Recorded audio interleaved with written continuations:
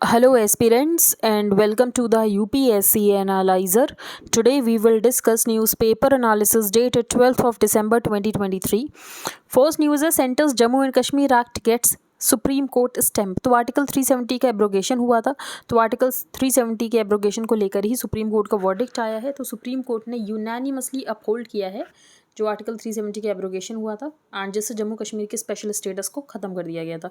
लेकिन यहाँ पर यह भी कहना है वर्डिक्ट में कि जल्द से जल्द यहाँ पर स्टेटहुड को रीस्टोर करने की कोशिश की जाए जम्मू एंड कश्मीर की। एंड जम्मू एंड कश्मीर के पास कभी भी सॉवरेनिटी नहीं थी जब इसने यहाँ पर यूनियन को ज्वाइन किया था, यही मेजॉरिटी व्यू था। तो in a landmark ruling Monday a constitution bench of the supreme court ने यूनानिमसली अपनी स्टैंप लगा दी है of approval on the Modi government's August 2019 decision to end the special status of then state of Jammu and Kashmir by abrogating the contentious article 370 of the constitution. Between the lines a tilt in federal balance toward centre. बाकी हम SR Bombay के judgement के बारे में explained section में देखेंगे। तो article 3 of the constitution जो कि बात करता है फॉर्मेशन ऑफ न्यू स्टेट्स या तो फिर ऑल्ट्रेशन करना हो एरिया का, तो ऑल्ट्रेशन ऑफ एरियाज बाउंड्रीज और names of existing state require कि पार्लियामेंट जो है रेफर कर सकती है such a law to the state legislature and जो स्टेट है वो अपने व्यूज़ बता सकता है, लेकिन ये व्यूज़ यहाँ पर बाइंडिंग नहीं होते हैं। एमपी में जो यहाँ पर चीफ मिनिस्टर बने हैं उनका नाम है मोहन यादव। बाकी इससे ज़्यादा आपको जाने की कोई ज़रूरत नहीं है। बेंच ने अपील किया constitutional validity of the 2 presidential orders, ये हम देख चुके हैं। एंड बाकी यही कहा गया है कि यहाँ पर 30 सितंबर 2024 तक इलेक्शंस कराने की कोशिश की जाए। तो CJS ruling directed that steps shall be taken by the Election Commission of India to conduct elections to the legislative assembly of Jammu and Kashmir constituted under section 14 of the reorganisation act by 30 September 2024। और ये कहा गया कि article 3 में लिखा ज़रूर है कि यहाँ पर कंसेंट ली जाए स्टेट लेजिस्लेचर की, लेकिन such recommendation of the state legislature recommendatory होती है एंड पार्लियामेंट के ऊपर बाइंडिंग नहीं होती है। गवर्नमेंट डिसाइड्स की जो यहाँ पर 3 क्रिमिनल लॉ बिल्स लेकर आए गए थे उनको यहाँ पर विड्रॉ कर रहे हैं। तो कौन से क्रिमिनल लॉ बिल्स? जो कि IPC, CRPC and evidence act को रिप्लेस करने वाले थे। Oil producers water down provision on fossil fuel phase out. तो अभी यहाँ पर एक्चुअली ड्राफ्ट एग्रीमेंट प्रिपेयर किया गया है जिसमें सारे फॉसिल फ्यूल्स के एलिमिनेशन की बात नहीं की गई है, लेकिन यहाँ पर कोल को ज़रूर फेज डाउन करने की बात की गई है जो कि इंडिया के लिए प्रॉब्लमेटिक हो सकता है। Local bodies can be allocated a portion of GST collections. ऐसा 15th फाइनेंस कमीशन के जो चेयरपर्सन है NK सिंह, उनका कहना है कि जो GST कलेक्शंस का कुछ पोर्शन जो है वो लोकल बॉडीज़ को एलोकेशन होना चाहिए। अब इसकी वजह से क्या होगा, जो लोकल बॉडीज़ है उनके पास फाइनेंशियल ऑटोनॉमी आएगी। जो आर्टिकल 370 का एब्रोगेशन हुआ था उसके बारे में आर्टिकल लिखा गया है कि सुप्रीम कोर्ट ने imprimatur to Jammu and Kashmir change position in the Indian republic a result of the abrogation of the article 370, इसको यहाँ पर अपील किया गया है।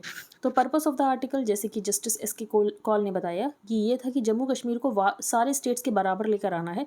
At the same time bench ने ऐसा ये भी कहा कि it could not sit in the judgement on whether the circumstances, जिसकी वजह से आर्टिकल 370 लाया गया था कि वो खत्म हो गए थे, जिसकी वजह से आर्टिकल 370 को हटा दिया गया।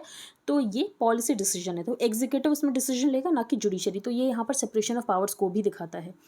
All that can be saved. तो UNEP की रिपोर्ट आई थी, एमिशंस गैप रिपोर्ट। इसका मतलब ये है कि यहाँ पर डिफरेंस कितना है कि हमारे एमिशन लेवल्स कितने होने चाहिए और हमारे एमिशन लेवल्स कितने हैं। तो टेम्परेचर को 1.5 डिग्री सेल्सियस तक लिमिट करना है जो कि नहीं हो पाएगा पॉसिबली। तो average temperature of earth has been on the rise, क्योंकि यहाँ पर बहुत ज़्यादा ग्रीन हाउस गैस एमिशन हो रहा है। फॉसिल फ्यूल से यहाँ पर 80% एमिशन होता है ग्रीन हाउस गैसेस का। तो most of the CO2 that is being generated is through the burning of fossil fuels for power generation and process heat, transport, manufacturing and construction, buildings and industry.